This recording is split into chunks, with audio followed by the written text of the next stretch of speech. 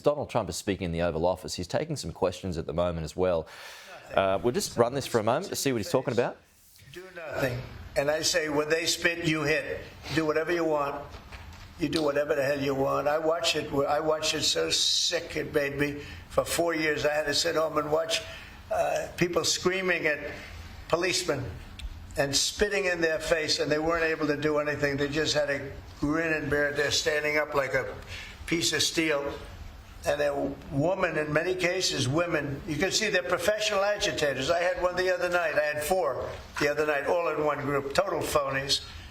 I started to scream when I got into a restaurant, oh, you know, something with Palestine. And I said, well, I'm doing a great job for peace in the Middle East. I should get lots of awards for that, right, with the Abraham Accords and everything else. But a woman just stood up and started screaming. And she got booed out of the place, too. There were a lot of people in the restaurant. I went there to show how safe, and it was safe. I mean, the woman is just a mouthpiece. All she was a paid agitator. And you have a lot of them. And I've asked Pam to look into that in terms of RICO, bringing RICO cases against it, criminal RICO, because they should be put in jail. What they're doing to this country is really subversive. Mr. President, can I ask you one on crime? Mr. President, can I ask you one on crime and one on Charlie Kirk? You floated potentially going into St. Louis. You mentioned you want to go into Chicago next. Could St. Louis be after Chicago? It's going to be around there someplace. Yeah, we got to save St. Louis. We got to save these cities. This isn't like, you know, we're going to do something. We have to save St. Louis. We have to save Chicago. I know all about Chicago. I have a great, beautiful building. I'm so proud of it. But, you know, you get less proud when you see all the crime. When they announced 2 weeks ago, 11 people killed, this is over a weekend.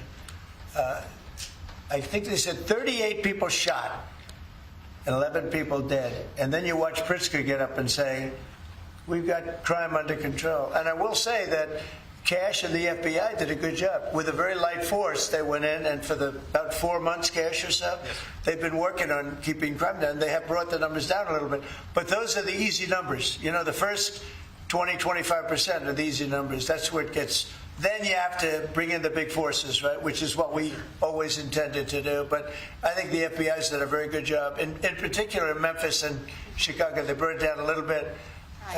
Like 20% and 25%. Well, I guess it's not so little, but we have a long way to go.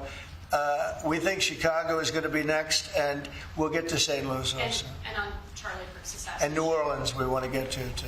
Your FBI is investigating the potential role of left-wing organizations in the assassination. I'm wondering if you think if Charlie Kirk's assassin worked alone or if he worked with you.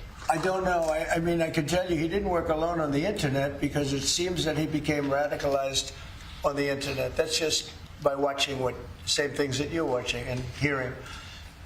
It looks like he became radicalized over the Internet. And it seems like he has wonderful parents, brought in a wonderful neighborhood, smart guy, great boards, great marks, great student. And then something happened to him over a fairly short period of time. It looks like he was radicalized over the Internet, and it's radicalized on the left. He's a left. I have a lot of problems with the left, and they get protected, and they shouldn't be protected. But as you understand, I think, very well from the tone of your question. Thank you very much. On Venezuela, on Israel. First on Venezuela, what can you tell us about this Venezuelan boat that was taken out? And do you plan to provide proof that these were narco-terrorists who were on their way to the U.S.? Well, we have proof. All you have to do is look at the cargo that was, like, it's spattered all over the ocean. Big bags of cocaine and fentanyl all over the place. And it was. Plus, we have recorded evidence that they were leaving. We've recorded them. They're very careful, because we know you people would be after us. We're very careful. The military has been amazing. And General Kane showed me a little while ago the clip. But you can actually see it. But you don't have to see it, because we have recorded proof and evidence. We know what time they were leaving, when they were leaving, what they had, and all of the other things that you'd like to have. But we have noticed that there are no ships in the ocean anymore. We're seeing that there's like no ships, you know, when the first one we went, there were hundreds of boats. Now there are no boats. I wonder why. meaning no drugs are coming across. Probably stopping some fishermen too. I mean, to be honest, if I were a fisherman, I wouldn't want to go fishing. Just a nice, let's take a little trip, because I'd say, man, if maybe they think I have drugs downstairs. I don't want that. I think the fishing business probably been hurt, but no, there are literally no boats. This was a boat, and we were surprised to see it. Now, what does that mean? That means there's no drugs coming by sea, but they do come by land. And you know what?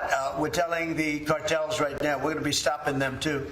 When they come by land, we're going to be stopping them the same way we stop the boats. And you'll see that. But maybe by talking about it a little bit, it won't happen. If it doesn't happen, that's good. But they killed 300,000 people in our country last year. And we're not letting it happen anymore.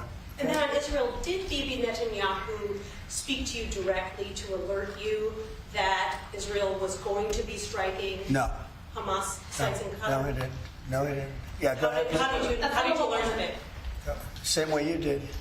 Go ahead, please. You mentioned that the shooter was radicalized online.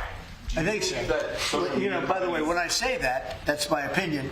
I think he was radicalized online based on what they're saying. Do social media companies bear any responsibility for that? And how does that I'm going to have to ask, I don't know, I'd ask Pam that question. I don't know if you or Todd could give an answer to that. Somebody has to. Okay, we'll leave that there. We've got a bit to get to, but yeah, Donald Trump getting a few questions on a few different topics there. Charlie Kirk, his killer there as well. He was responding to also extra police going into certain places, including Memphis now, and also there he's just denied a report by Axios this morning that mentioned that Trump wasn't informed from Israel before that attack on Qatar last week.